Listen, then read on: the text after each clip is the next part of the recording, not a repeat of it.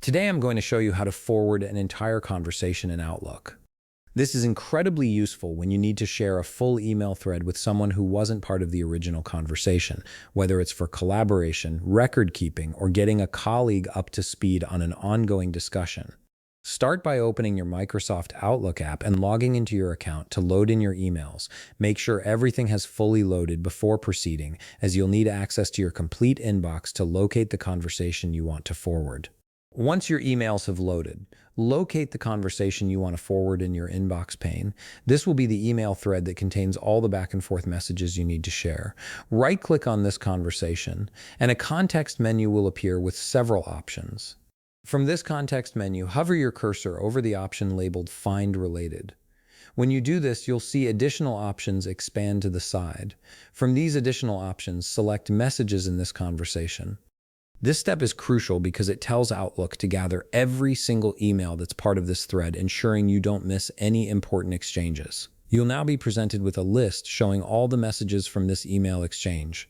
This view displays the complete conversation history in one place, making it easy to verify you're forwarding everything you need. To forward the entire conversation, you'll need to select all these results. Simply press Ctrl+A on your keyboard to select all the messages at once. This keyboard shortcut saves time and ensures you don't accidentally leave any messages out. With all the messages selected, look at the top part of your screen and click on the Home tab. This tab contains all the primary email actions you'll need.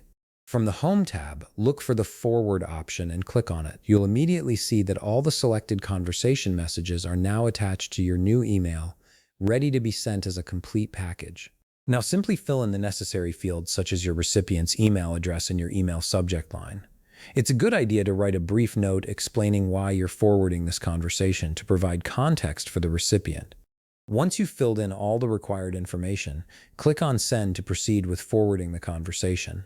The entire thread will now be delivered to your chosen recipient, giving them full access to the conversation history.